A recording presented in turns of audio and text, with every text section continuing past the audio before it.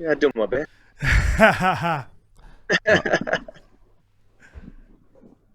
Good to go. We're on. Welcome. Thank you. Yeah, we've got it sorted. Thanks for All the, having me on. all the way from sunny Sydney. You look freezing. Yeah, it actually is a bit chilly, but the sun's starting to come out, so get the face in the sun, warm up a little bit. Mate, where exactly are you right now? Well, I'm Like at where? Jones Bay Wharf. Jones Bay Wharf. So I've been doing a bit of work down here because I do all my filming for Minifit here. Yeah, is that where you are now?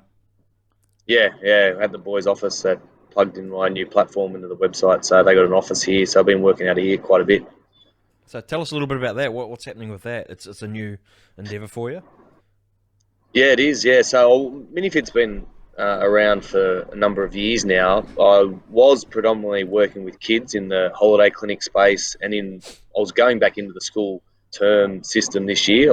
I had some programs aligned to the syllabus, but obviously COVID hit, so that had all been cancelled. So I had to sort of evolve the business, and I've evolved it where we have live workouts and on-demand workouts through my website, through my own platform, training with me from the comfort of everyone's home, so they can just log in, subscribe, a monthly fee, and jump on and train with me 3 times a week live, 4:30 Monday, Wednesday, Friday, or just hit a huge catalogue of workouts on the on-demand series. And yeah, so I'm just sort of building that up, building a subscription base, building out my sort of lifestyle packages as well, Minifit lifestyle packages, which I've sort of been working on pretty hard now. So yeah, it's good.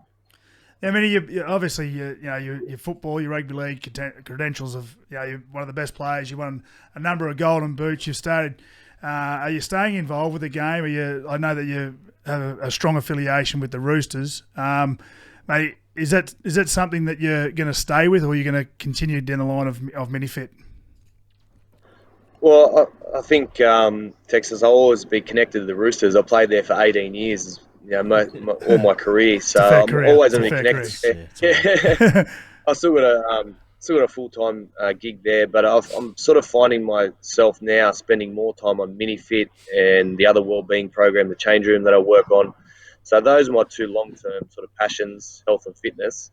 And sort of I'm finding myself backing off my time at the Roosters, but always be connected there, always have something to do with the club because it's the club that I love.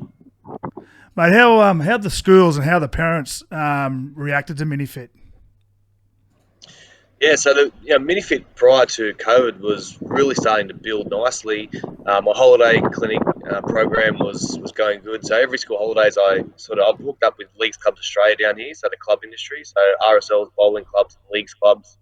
I would run clinics for those guys every school holidays. So Minifit will be at a different club every day, and we would run a program or a holiday clinic out there for each of those clubs. And that was, I was doing a clinic every day in the school holidays, so that was quite full. Then I sort of started to expand the business and go into the school term system where um, I had a teacher on board who was going to head up that for me. He's coming back from Hong Kong this year, and he aligns my programs with the syllabus. And I had sort of 5 key foundations there. Was obviously exercise, um, sleep, hydration, and screen time. So they were the four or five big things that I sort of taught in school. But then aligning that into the school syllabus was something I was working on pretty hard.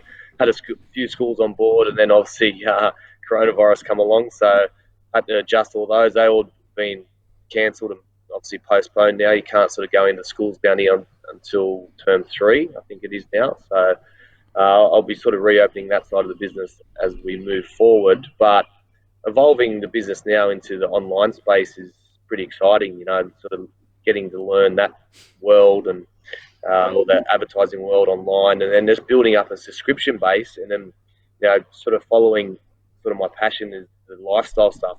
What I've sort of learned to date and what I continue to learn. So how come you picked kids to start off with? Like, because obviously the like adults are always the people who they're going to invest their time. That's going to be something that they want to invest their time in fitness, health, and fitness if they're that way inclined. But when it comes to kids, Yeah. it's almost like not many kids want to get out there and get active. Is that a big reason for it? Well, when I went through my injury period, I always sort of loved working with kids, and thought in 2010 I'd start just register the business name Minifit, and I thought there was a bit of a space in the market there where schools. I went into the school system firstly because most schools weren't employing traditional PE teachers anymore. They Mm. were outsourcing their physical activity. So I thought there was a gap there where Minifit can go in. And I was in a few schools in 2012 and I was still playing, so I couldn't really spend heaps of time on it. But I had a few schools on board. And then I hooked up with Leagues Clubs Australia in the club industry, and that sort of took off as I retired. And um, that's just I like working with kids. I've got patience as well, which is a good thing. But now, We didn't have but patience in now, 2004 when we lived together. That was a shambles. We'll get into that later. yeah, we will. But yeah, then over the last sort of 5 years being retired, um, you know, reading and listening to podcasts and studying nutrition and health and fitness is just sort of really what I'm into. So I've sort of now evolved through COVID. I probably would have stuck with kids for a lot longer, but through COVID, I've evolved it into more of an adult program. The workouts are kid friendly. They're all body weight workouts, where people can just train with me from the comfort of their own homes, which is pretty cool. And then I'm going to sort of start to build up the lifestyle stuff, the Minifit lifestyle packages that I want to offer. So building out the website takes time, and that's what I'm working on at the moment. Nice. Well, we can put a link up in the bio and on YouTube and everything for your Minifit as well.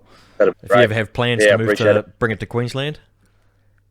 Well, my brother's up there actually, so he's been visiting schools and he's got 4 boys. So he's spoken to his principal up at the Gold Coast there. So there could be Minifit in Queensland very shortly, hopefully. Oh, nice. Now, if you've seen Minnie with his shirt off, I mean, it's Yeah. it's pretty impressive. I want to one thing I want to touch. Don't make him do it now. No, I It's won't do freezing. it now because it is cold. It's freezing down. Yeah, Yeah. we know. Yeah, and we know what happens then. But I want to talk to you. I want to pick your brain. You convinced me, or you spoke to me. I started that. We talked about this on the Yeah. last podcast.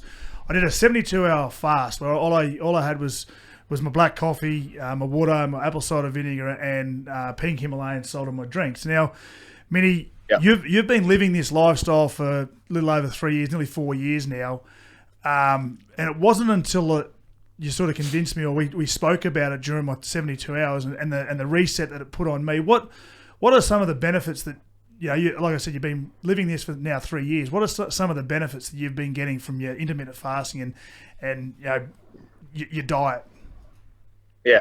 Yeah. Well, firstly, when I went through that injury period, I sort of changed all my diet in 2008, where I went, more whole, fresh food, more healthier fats, cutting down the refined and processed carbohydrates. I started to do that in 2008, and that I've seen a huge difference in the way I slept, firstly, and then mental clarity and focus and repair of the body. And then that's what got me really interested after I seen the difference for myself and how better I felt.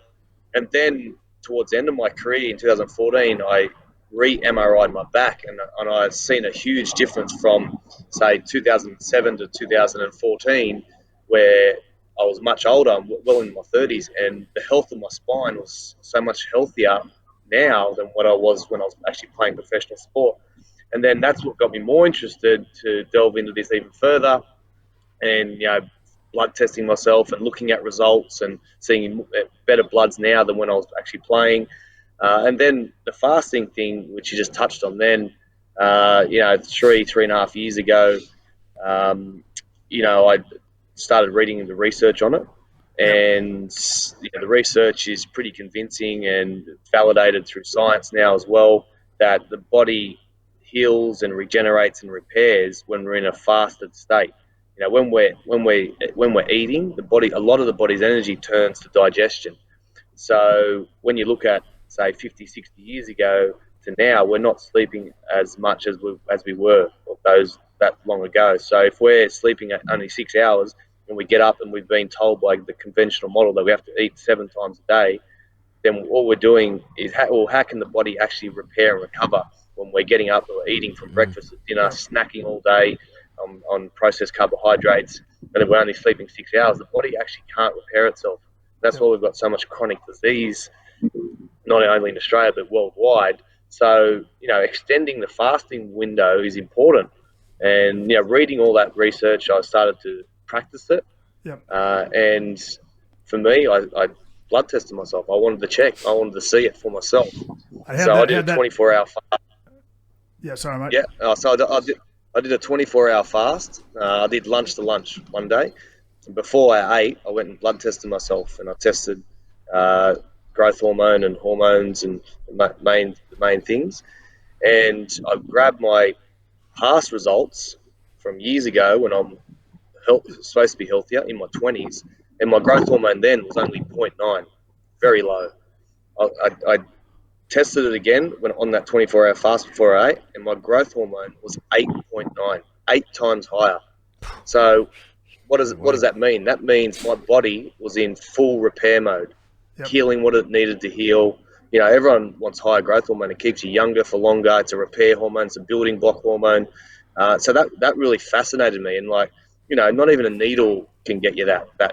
high. So that really sort of I don't know. I was sort of honed in on more the Sharkies. research of it, and just felt that you can repair your body from natural sources and by extending the fasting window. And then the other story I got is when I had already been retired. That was only a couple of years ago actually, and I went on a bike ride, and I still had a slight bulging disc from my career anyway. And I come back from this motorbike ride, and I didn't know at the time, but a piece of disc had broken off, and I was really sore. I couldn't extend. I couldn't just break out into a run or exercise. Got an MRI, and the doctor said, "Mate, you need to get this piece taken out. You've got a 1 centimeter So you diameter." thought you were going in for back surgery, didn't you? You thought, oh, here we go. You spoke to your Mrs. Terry. Listen, I'm going to go in for back surgery. Yeah, this feels like Yeah, back 1 centimeter's big too. that's a 1 centimeter disc. Yeah. Isn't it? 1 centimeter piece of disc that had broken off, so tissue just now it's dead tissue just floating in my back, and the doctor was saying, "Mate, you need to get that taken out, straight away." And I had already been into the research around fasting, and I seen that blood result, and I said to him, "Look, I'm going to try and let my body break it down naturally. I'm going to give myself a year." And he sort of laughed at me when I'm sure I'll see you back Crazy. in weeks. This is crazy. So I started fasting daily. 2 meals a day, 1 meal a day, three-day fasts. I mixed it up. I varied it up because I didn't want to stay the same, because the body adapts and plateaus after if you do the same thing every day. So I mixed it up, and I MRI'd my back 10 months later, and that piece had completely gone. The body had metabolized it as an energy source, and that's what the body does in when it's fasting. Autophagy kicks in, which is self-eating. The body will eat all the old and damaged tissue, cells, DNA, proteins in the body. Oh, wow. And I seen it firsthand for myself. So that's when I really started to really get into it and speak about it with my program and the change room program. And it's a tool that everyone can use in their daily lives to hit the reset button, like you said, Texan, and just really promote and accelerate healing in your own body. And it's free, it's simple to do. With pro footy players, like you were saying that you started doing this, and was it 09? Or you started sort of looking 2008. 2008. Yeah. So is that realistic for a professional footy player to fast? Or when you're talking about, because it's contact, there's a lot of you're using up a hell of a lot recovery, of energy. They say food's recovery, but you got your theories on this? I think you have to, as a professional athlete, you have to pick and choose your times. Look, I would have loved to experiment with some fasting protocols when I was playing footy. Now looking back, I've got 4 steps that I follow meticulously when I'm at home, and that I sort of teach in the Minifit program and the change room program. And the first step is know the source of your food. So if you're eating animal products, then it has to be pasture raised. If you're eating plant foods, then it has to be seasonal, fruit and veg. Then the next step is the process of your food. How do you cook that? What oils you cook with? You're supposed to be cooking the right oils that can withstand heat. And then slow cooking things, the benefit of all that. Step 3 is to decrease our consumption of processed food and refined carbohydrates. And then step 4 is the intermittent fasting. So I was basically doing the first 3 steps when I discovered this through a mentor of mine, Aaron McKenzie, in 2008, and I didn't get into the fasting until I was retired. But I would have loved to have experimented with that, being a professional athlete. There's windows there where, the longer I go into a fast now, because from switching from sugars to fats is so simple for me, the more mental clarity I get, the more energy I get, the more focused I get. It's just like you're on a natural high, and the natural energy that just comes out is pretty amazing. You're on a premium fuel source. Yeah. So So you're saying we're experimenting in that conditioned to eat. We're conditioned to eat so much. We are, and we've been conditioned by, but when you look at it, just by advertising and big food companies that lay down, I suppose, short-term science and confuse everyone. And again, they're just looking at bigger yields for their company and their shareholders. What are those? What are The normal person that's not, the normal person that's not into their nutrition, they're just reading mainstream media. Oh shit, breakfast is the most important meal of the day, and that's just not the case. They got this guy. Well, the thing is, like your Kellogg's and your Sanitarium and all your big, breakfast Conglomerates. breakfast companies. They're the ones that are plastering, like you're saying. We need to, I now say to my kids are, I've got twins at 9, I've got Harper's at 12. I say to them, if they don't want to have breakfast, they don't need to have breakfast, because I've learnt now, and it's only been a couple of months when I first did it, and I've just learnt so much off Mini and whatnot. But my kids don't eat breakfast now if they don't want to. They get more energy now. You touched on professional athletes and their energy source, Mini. I think that you were telling me that some of the leading marathon runners at the moment, they live on the intermittent fasting because they got so much of a natural energy source in their body. Well, some of the guys that are up with the current science, they're on high fat diets, healthy fats. I'm talking about pastured animal products. That's the key too. Like, there's only 12% of our animal products are pasture raised. So you got to find the right butcher. You got to find the right animal products. Then they're on avocado, nuts and seeds, and bone broth, all those healthier fats. So they're on high fat. And then when they go to perform, they will load up on carbohydrates and some starchy vegetables. So they have two fuel sources to work from. So they'll have their glycogen stores, then they'll have their fat stores. So if you've got both stores to pull from, they'll use their glycogen first, and once the glycogen's run out, most guys will plateau, but these guys just rise to the occasion because they're fat adapted. So they got two energy sources that they can draw from.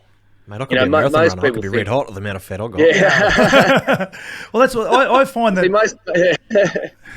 Go, Minnie. Oh, sorry. Most people think when you go into a fast, the body goes into starvation mode.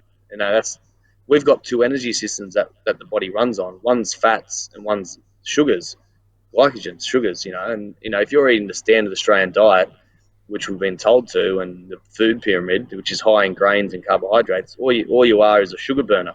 So you never get into the fat burning mode. So the body's designed to do both, switch from fats to sugars. And some guys are hard keto, and they always ask, "Oh, you keto?" No, I'll mix within all diets, because I want the body to have variety, and I want the body to switch from sugars to burning and fats as well, So when you were playing, and you introduced this, because obviously I'm assuming that your team had dietitians and everyone on board, and they, Yeah. How did that go down? Or were you looked upon as some sort of weirdo hippie that decided he was going to... I was, yeah. To be honest, like I was broken at the time, so I had 3 spinal injuries already by 2008. I had a back operation in 2006. I had another back operation in 2007. I had a huge disc bulge in my neck in 2008, and I was told by all the best doctors that we had access to that you should probably find a new sport. It's pretty hard to come back from this point onwards. Yeah. So then I met Aaron McKenzie, who had a functional movement training studio and tied in a lot of lifestyle and nutrition. And he gave me confidence that I could come back and play. So I started working with him once a week. I'll get a program and I'll train that back in the Roosters gym. And back in 2008, the functional movement training in professional sport wasn't that much around. So I was doing cable stuff, one arm stuff and all that. And I was just left to my own device because I was like, leave Minnie alone. He's been injured for the last 3 years. Let him do what he wants. To be honest, even the Roosters didn't know what to do with me. I was still on contract for a year, but they tried everything for 3 years, and I had reoccurring spinal injuries. But when I started, feeling better and talking about the diet to everyone, even club doctors were saying, "Mate, Minnie, you're eating more fats. You got to be careful." It was still conventional thinking. But Fitzy went through the same period and started doing similar things to me in that period of time. And then it really wasn't until 2013 when Trent Robinson come to the club, and then Keegan Smith, our strength and conditioner, come to the club, and he was aligned to the same thinking as what He's the I'd been real studying. Movement guy, yeah. Yeah, real movement. Yeah. So we again as a team decided to do a detox all in the preseason. We decided to get rid of the bread, the pasta, the soft drinks at team trips away, and we got rid of it all. And a lot of the boys' bodies transformed, and we had a record year that year. We won the minor premiership, won the premiership, and that's not to say that was the only factor. We had many other factors that year, but that was one of them that really improved our performance. Well, I even found when I did my 72 hour after the 48 hours, I struggled a little bit with my food because it was habit. But like you said, Minnie, you touched on it earlier. Once your body burns all that sugar fats and you start burning your fat. You start burning your fats. I was thinking clearer. It felt like my vision was better, and it wasn't me trying to convince myself that because I hadn't really been told about it. But I just felt. I remember coming home and I was just on a high, and Courtney goes, "Where have you been? You've been to the pub on the piss with the boys." I was like, "No, I've just gone for my walk. I felt it's a feeling that I've never had before. It was a great feeling to be. I wish I could do it again. I'm going to do it again. Like I said, I'm not going to do it every weekend or every week. Yeah, I'm going to touch on it every maybe 6 months. I'll do a 72-hour fast just to reboot myself. And we even talk about I've mentioned it to blokes that that have asked me about it, like professional sports people, even Harry Bink, who's been on this show before. He was saying it's rebooted the whole system. Scotty Fitzgerald, who also does motocross or FMX, they've just said that they've just had a massive reboot, and it's just a healthier way of living. And I don't know if they're doing it right now, but after the 72 hours, it was unbelievable. After you do an extended fast, you start to realise, we don't need that much food to survive. You know what I mean? So now I basically eat twice a day, once a day. I'm Monday to Friday when I'm working, it's 1 or 2 meals a day. Weekends I'm still pretty relaxed. If we go out for breakfast or have a dinner or lunch, whatever it may be. But I'm 1 or 2 meals a day, and then every now and again or every few months, and you throw in an extended fast. So give the body variety, but then you're always giving your body the chance to heal itself and really get rid of the toxins that may be inside. Jeez, might have to start. Yeah. Well, the thing is, like an X-ray next time you see me. Well, you'll be hiding behind me on the microphone. That's I'm blown away. To that other point, to the other point, we're talking about professional athletes, like the guys that are up with the current research, or the natural bodybuilders, you could say. What they do is they do an extended fast, and they might lose 3 or 4 kilos, but from that next period, after they do the refeed, they've optimized their hormones. So in that next building block phase, they can actually build more new muscle out of that because their growth hormone's higher, their testosterone's higher. So they might lose a couple, which is mainly all the dead tissues and cells, and then they build new cells. There's a lot of toxins in the body which you don't really realise too, with it, especially like with that piece of disc of yours, the 1 centimetre piece. Yep. You just don't realise how many people actually walk around with that sort of stuff day in, day out, and they're just putting up with it. And then it comes, take a system like what you were talking about, and you just feel $1 million because those things are going, and it might be, that might be one thing that you got rid of, but you didn't know about 4 others, or 5 others that were in your body. You're 100% right, because if you look at our environment today, there's a lot of toxicity around. if you're drinking water out of a tap, then that's a toxin because there's chlorine and heavy metals there if you're not using a water filter. If you're eating a poor diet, if you're stressed at work, if you're sleeping less, if you're smoking, if you're drinking, if you're prescription medication, there's so many factors, you know what I mean? So, that, as you mentioned, Texas, giving yourself a reset every now and again is vital for long-term health. Yeah. Well, there are a lot of people probably doing every single one of those things you just mentioned. There's someone that's there are people, just singing shit. But then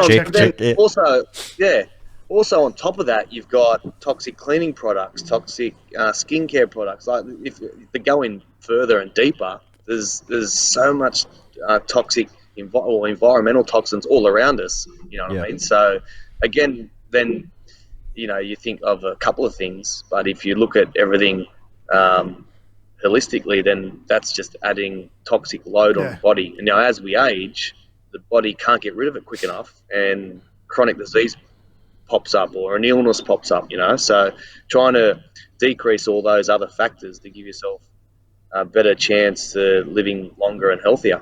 You didn't happen to see the we were just speaking about it earlier, the Pete Evans interview on 60 Minutes. Did you see that? Yeah, I seen.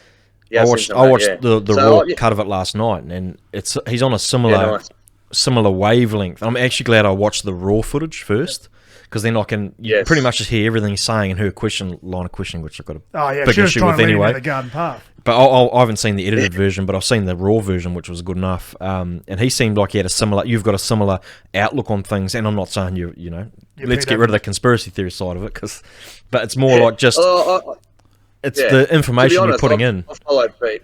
Yeah, that's right. I've followed Pete for a number of years. I've followed a lot of doctors, a lot of people overseas as well. Pete has the shock therapy, first, and he's a bit of ahead of his time. But some of the people that he's interviewed on his podcast are pretty amazing people, pretty amazing doctors. So, what he does say is he wants to get the conversation going, or get people thinking differently from mainstream conventional thinking, which is great. You know what I mean? And like you said, Texas, when you first saw him say something a little bit outrageous, and that's how he attracts people, a bit of a shock value first. You think, this guy's mad, this guy's an idiot. But then once you start to follow what he's doing, then you start to look into things yourself a bit more. And that's that's my thinking back in 2005, 2006, when I'm on top of my game and I'm killing it. I was drinking all weekend. Winning a couple of golden boots and fucking destroying pubs and everything. Yeah, it's good. The House of Grouse. Yeah, the House of Grouse coming. I was made well by my parents. I got good genes and genetics. I can do whatever I wanted. That's what I thought, and that's what I was doing. And then you get broken, and you start to realize, you start to evolve and actually study and look into these things, and then you ask these questions about everything, and then you just see that the mainstream stuff is not what you should follow. You can follow it, but you can pick what you want to watch and what you want to do. Like, I'm glad you mentioned on Pete. Like, I was talking to Anthony, talking to Mindy today or this morning about it, and because when I first saw Pete and what he was talking about and some of the things, I called him out on my social media. I called him a fuckwit and he doesn't, what's he knowing? But then because I didn't really know too much about him, but I made that judgment on what he said and the shock value. But then did he block you? No, he didn't block me. He didn't reply. He doesn't know. He probably has now. But the thing is, like, I actually, the more I listen to what he had to say, like, I don't believe in everything that he says, but after what I did when I was talking to you, when I did my 72-hour fast, and the reboot it just had on me. Now, I'm not pushing this on anyone. I'm not saying you've got to do it. This is how you've got to live. Just like he's not. But there's some real value in what he's saying. And I know people will probably have a go at us about saying, but there's some actually really good values that you can take out of him with what you're putting in your body and what you're listening to. We see what's going on in mainstream media worldwide at the moment with the pandemic, and then obviously the race riots, which I don't know if we'll touch on, but you've got to make up your own decision when you're going to put something in your body.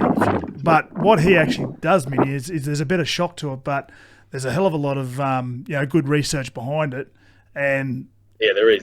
The good things that made me feel, and like I said, it's a reboot, and I feel fantastic. It's probably the best I've felt, even when we had nutritionists at clubs, and they were, the clubs don't employ nutritionists that don't know what they're talking about. Yeah. But it's all changing. Like I retired 2011. That 9 years, everything's changing. Like I watched Minnie, do all these body weights, and I used to watch him on social media and go, "Fuck, what you doing today?" I couldn't do it. I can't do it. I could do it if I tried, but the exercise and the nutrition and after living it, and I'm not pushing it on anyone, it makes sense. The two things I noticed about what he said, two big things, were he's like, you check everything in my cookbook. He was like, this is what I understand at the moment. Yeah. And everybody's married to, like you could be, I'm not saying you're totally wrong, but what you're saying right now could be outdated in 5 years' time. Something even better again. Yeah, but it's the willingness to move on to the next thing. That's right. And he's saying, well, and this a lot of problem with some of the science nowadays is these guys have made a career on a certain belief,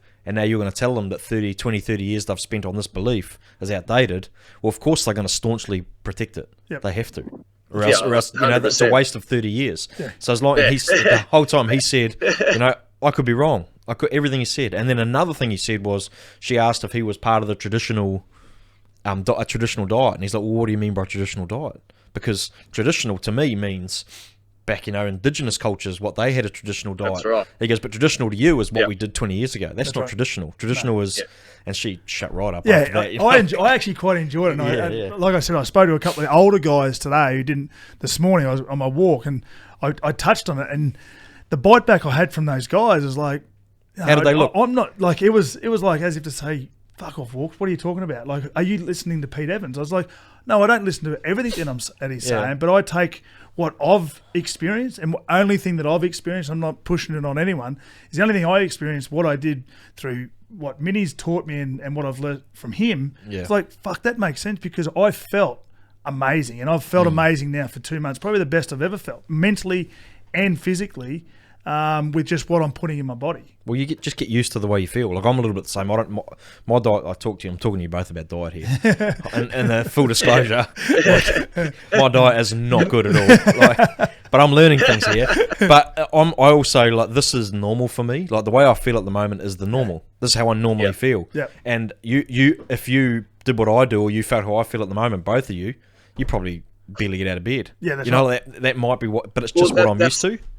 You're 100% right. That's what a lot of people just used to. They're used to waking up and going straight to coffee. They're waking up, the afternoon, have the afternoon dip, and they go to coffee. So they're dependent on coffee or tea or whatever it may be. And that's what they're just used to.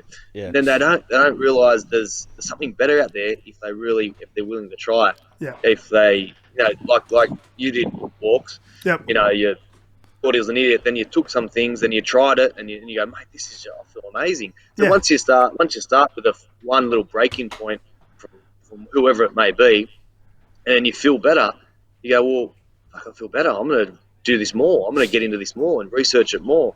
Yep. And then, by the time you're feeling great, you go down that rabbit hole. Go back to feeling shit every day.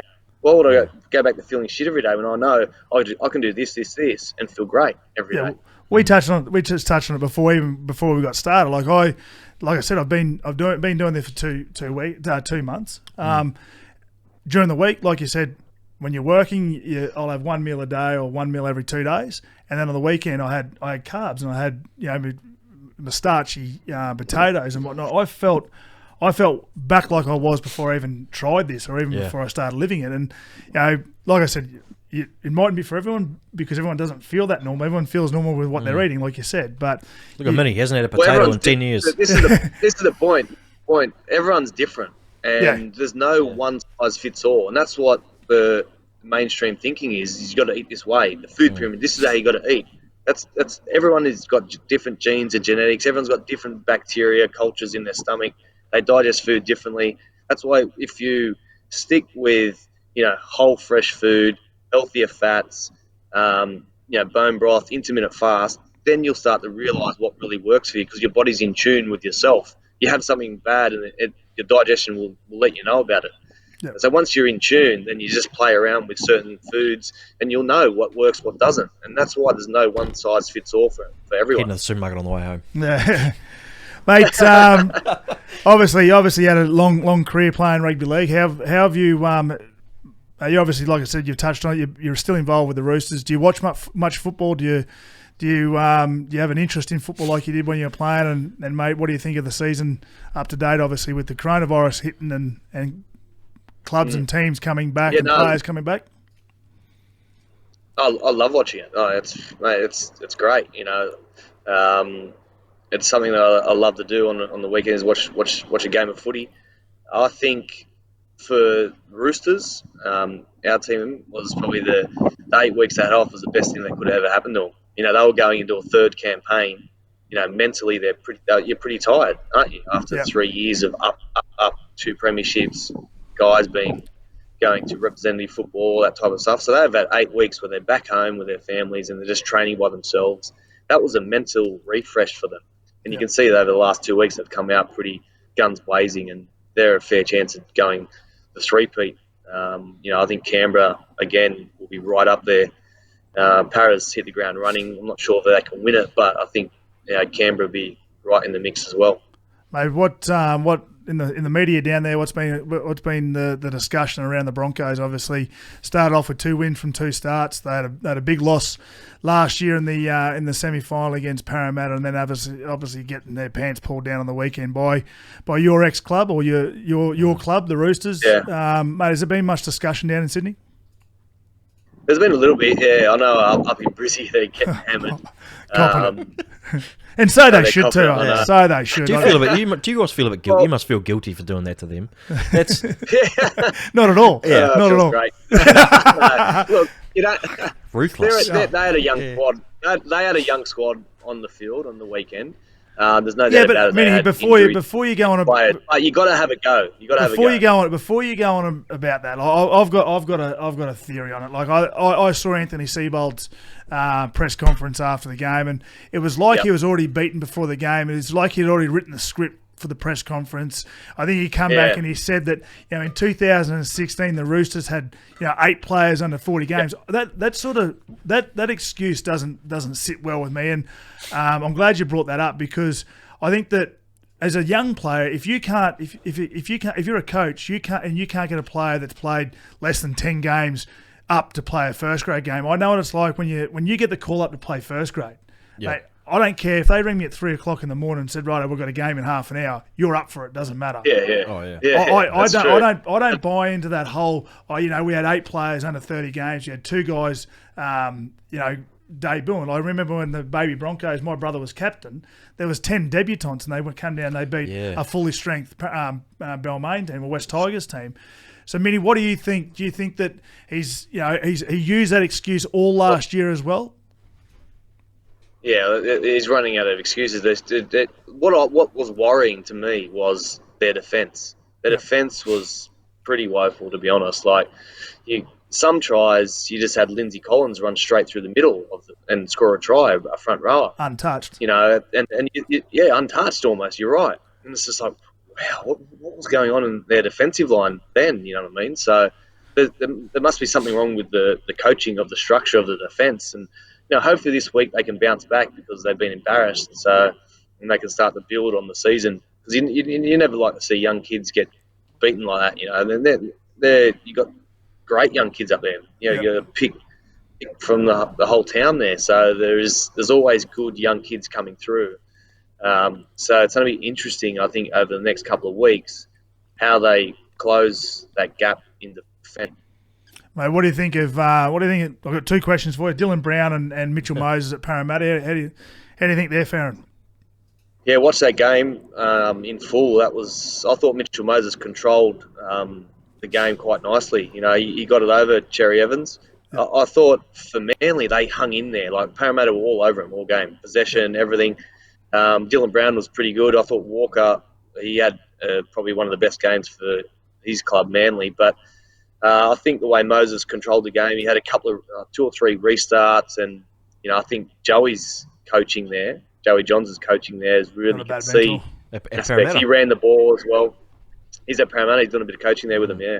Mate, It's like a gun for hire, that bloke, isn't he? oh, mate. Well, the thing is, Yeah. well, he's not a bad gun for hire either. Yeah. Mate, St Maybe George. Broncos need him. Yeah, well, they get him up here. St George. What do you think of St George?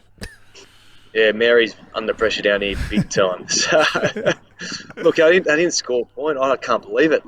2 points. But yeah, no, he's definitely under pressure. But what I'm hearing is the Dragons, they don't have the money to pay him out. So he'll probably be their coach for the rest of the year. And then if it keeps going pear shaped the way it is at the moment, then I don't think he'll be there next year. But this year, I don't know if he's locked in, but I don't think they want to pay out that type of money this year. They got a fair bit of the Origin pack in that St George team too. They got a red hot. Yeah, when you look at their fall pack, they've got a pretty good fall pack, but it's just not happening. Obviously, Jack de Ballin sort of thing, but you can't use that as an excuse. Yeah, that was excuse last year.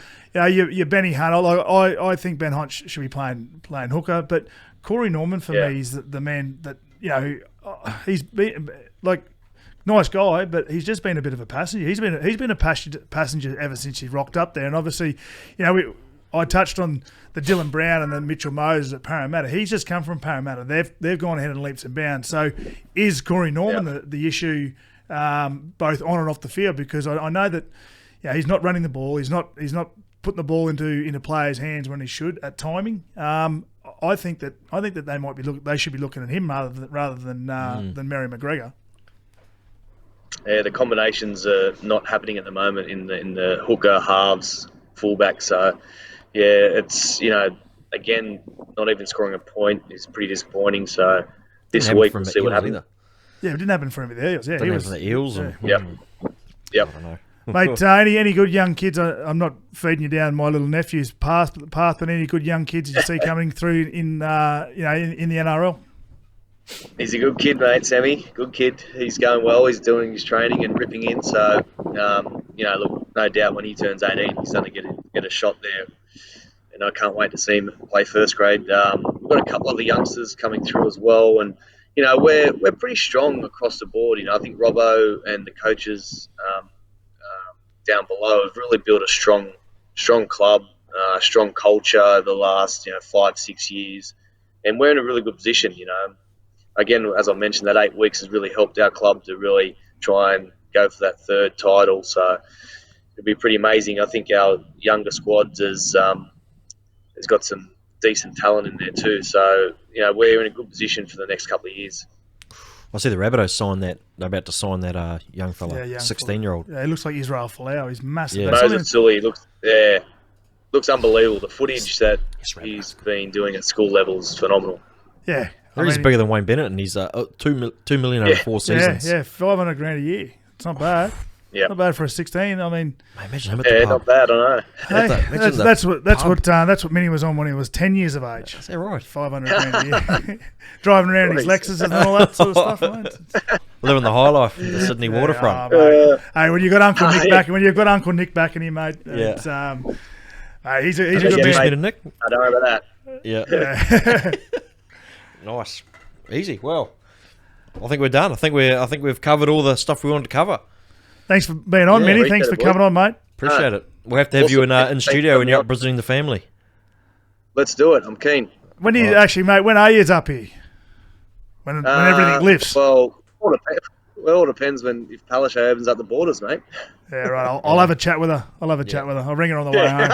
So listen, I've got to get the Minichiellos to my joint. Hurry up and open up the borders for Christ's sake. We got to get. Yeah, I'm going to do my 72-hour fast, and we're going to have a muscle off. Oh, good. You've won it already. All right, mate. Thanks very much, Minnie. Thank you. Thanks, buddy. Cheers, boys. Take it easy. See you, mate. It's a good fella. Yeah, mate. Champion. I mean, we lived together for a long time. I've known Minnie we might be able to hear you. I've known Minnie for a very, very long time, and I mean, what you see is what you get with him. Seems like one of those blokes who's always back here, good mate. Like he's seems like just a genuine fella as well. He's always there for you. Yeah. And the thing is about Minnie, what I like most about him is, and it's a trait that not many people have got. He never says a bad word about anyone. He's always smiling. That's one thing. his energy always lifts you. Yeah. We lived together in a house of grouse, so we didn't really talk about it. But I mean, he's a married man now. He might not want all that stuff. So am I, but my missus knows everything that went on in the house. Yeah. So he's just a good bloke, mate. He just he's one of the boys. He champion bloke. He just, like I said, there's no bad word about anyone, and his energy just lifts everyone. He's got a great little aura about him. That's it. It's interesting. He speaks about, like, I'd want to know, and along that, how he's talking about his growth hormone style as well. I forgot to ask him. I should have asked him about. I know that when guys exercise a lot, like when you do testing, and you say you have a blood test when you're fresh, say in the morning, and then if you go and flog yourself, do a huge training session, couple of training sessions, your testosterone levels are actually a lot down, because a lot of guys that used to do that in the fighting world, if they'd have to get test checks or they're doing steroids, they'd wait and they'd always make sure their testing was after like a hard session, because it just dropped your testosterone levels right down.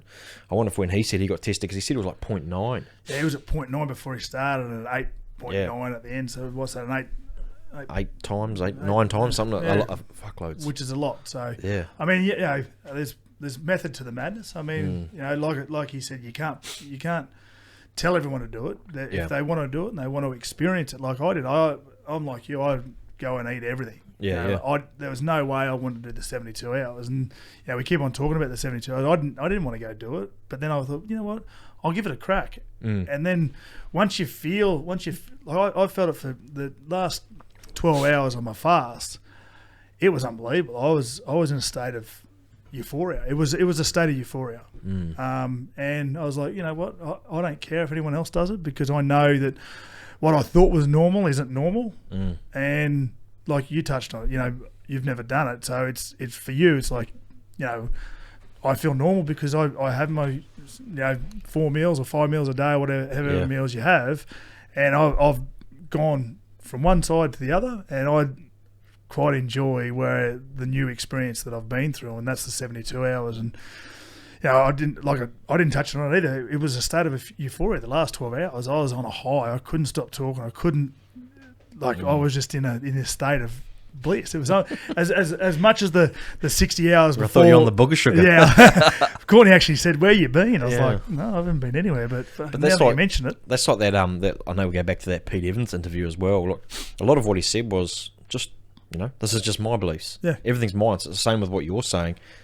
If you don't believe what he's saying, or you don't buy into what he's saying, that's fine. Yep. But at least if you try and it doesn't work for you, well, then it's the same thing there. Yep. And also, I think what also that lady, the interviewer, seemed to be trying to doing was talking him into basically saying, yes, I am this person. But he said, no, I'm not. I'm just my opinions. And a lot of that had to do with people who were following him, bagging him. He's like, well, don't follow me. Yeah. That made a lot of sense to me too. Yeah. So why are these people following him and bagging the bloke? And there's no use wasting energy on people who, if they're gonna have an opinion of you and it doesn't change after they hear you talk or meet you or whatnot, why waste your energy on what other people think? And he's down there. He stays in his lane, and he's down there. And if you want to buy into what he says, what he's selling, well, take it. If you don't like it, have your opinion. It's not going to worry him. It's not. It's like with me, with my whole football career. I never worried about anything. I never worried about what anyone said about me. I couldn't care less as long as I was in a state of, where I was and staying in my lane. Well, that's the same sort of thing. Did you see that thing with Josh Reynolds just recently? Yeah, well, that's right. That was one of the bad things about it. Like, he just cleared it up straight away. And I actually posted about it. I was like, this is the avenue. These sort of conversations or this sort of thing. This is the avenue where someone can come on and deal with this stuff. Whereas they get a scoop. They release a scoop, and all they get is 3 paragraphs of what the player said. Yep. It doesn't mean shit. He can get on there half an hour and go, I stuffed up. I didn't get my license done. Everyone goes, I did that yesterday. This is the thing about this is the power of social media. You can use it one or two ways. You can go down a rabbit hole of just hell, or you can go down a rabbit hole of I'm going to use it to my advantage. And this is where rugby league players have got to really understand that they can use their social media, because there's a persona around social media that it's bad, but Josh Reynolds has used it perfectly. Because back in the day, if a journalist wanted to write a story about you, and that's when everyone used to read the papers, if a journalist wanted to say something about you, well then for 24 hours you had no response. Yeah, you couldn't go to a journalist that you knew and said, "Listen, I want to respond to what Buzz Rothfield says, or Denny Weidler says, or Paul Kent." Because they've given facts that are wrong. So I've got to now wait until the next press release comes out and Good luck getting an apology out of them too. And good luck. But with social media, if you don't like something that's been said about you that's false or untrue, then you can go. Most of the guys have got anywhere between 20,000 to, I think the most a rugby league player's got is Jonathan Thurston. I think he's sitting about 350,000 followers. Yeah.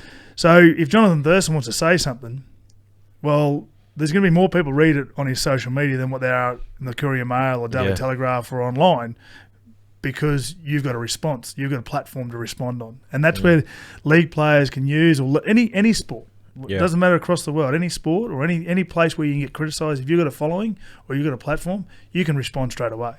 Do you think a lot of players, a lot of professional sports people don't use their social media the way they should? Some of them to use benefit? it, but more like their profile to create something that is going to benefit them in the future. No, not. There's a handful of I'm going off rugby league only. There's a handful of rugby league players that use their platform to benefit them.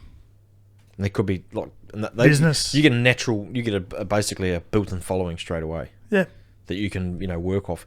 And a lot of guys also, I listened to a podcast by Isaac John. He used to play for Warriors, a few other places.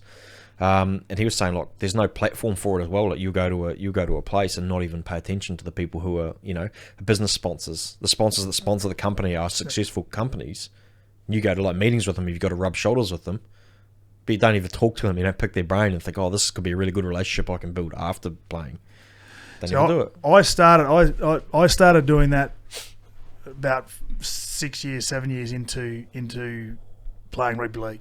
Like I used to go to the football. I used to go to sponsors functions. These sponsors who are involved with clubs, one, they're successful. They're worth, some of them worth. Well, they're not sponsoring them because they own a McDonald's. That's right. No, they're not sponsoring because which is quite good still. I shouldn't say that. No, they're not sponsoring because they're mowing lawns for someone else and they want to sponsor a team. They're the guys that own the lawn mowing company. They've got 15 franchises that are worth $50 million, $100 million per year. So these guys are successful. They know that there's proof in the pudding of what they know, whether in any business they've got. Like Nick Politis, we talk about Nick Politis. The Roosters is worth over $1 billion. Now, if you're not successful and you're not driven, well, he's never going to get there. So why idle up? Or why not try and pick his brain about what you can do when you leave football? That's what I did when I was playing with the Titans. I picked the brain of a very successful landscaping company and turf company that they've since gone under because they got done. But that's the thing. Like as a rugby league player, you've got to, instead of going to those sponsors functions where they're all there and all they want to do is talk to you about football, why sit in the corner of the room with all the current players that you spend every day with anyway? Yeah. Why not go out there and network the room and find a bloke that's really interested in your story, you're interested in their story, then you can idle up and go, right, well, you own a concrete company. Where do you get your sand from? Okay, well, I'll go out and outsource it and you can get it from me, but then so that way you form a company that they need, that they don't have any affiliation with. Mate, the rugby league players or sports people, they go down that path. By the end of their footy career, if they start young at 30 years of age and they play to 35, that's 10 years to get their business going while they're playing.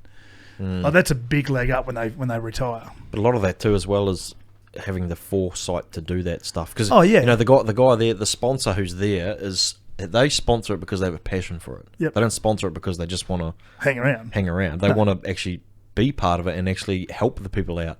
I would assume so. Like, if I had a successful enough company, Rockets, I would look to a sport that I enjoyed and I would sponsor it, and I would want to be around those players to try and put my 2 cents in. But also too, not only do they want the 2 cents in a team or a sports organisation, you'll be surprised how many blokes, if a player shows an interest in what they do, how much, like that's like someone coming to you and saying, I'm interested in how you play football. Yeah. If you reciprocate that and say, listen, tell me a little bit about your business and what you do, and then you form that relationship, they will I'll say 10 out of 10 times, if you show an interest in what they do and then you want to learn what they do, but not take over their business and what they do, but get them to become your mentor when you do finally think that you want to start a business, they are there to help you 100%. And that's why I've sat down with the Broncos CEO 7 years ago, that Paul White, and I said to him, mate, what do you do for your young guys? What do you actually do? Does your young guys go to a sponsors function and sit in the corner and talk shit with each other, or do you get them to network or get them to team up with a bloke, because they're not going to play football for the rest of their lives. Some of these kids don't even get to play first grade. So why give them a leg up while they're playing to learn about businesses? Because I know that a lot of football players don't want to, when they finish play football, work for someone else. They've got that drive in them. Most of them have got that drive in them to start their own shit. They got their blinkers on too, I think, when they're playing football. That's all they care about. I think they're going to play till they're 50 and retire on a mansion on the beach. Doesn't happen. It doesn't. I wish. I wish so. Yeah. When this thing sells. Awesome. Yeah, that's it. All right. I think we're good. We're good? We're good Done. for day dot. Beautiful. We'll, episode 1 of our weekly Digest. digest. Yeah, the boys. Is it all right? Yeah.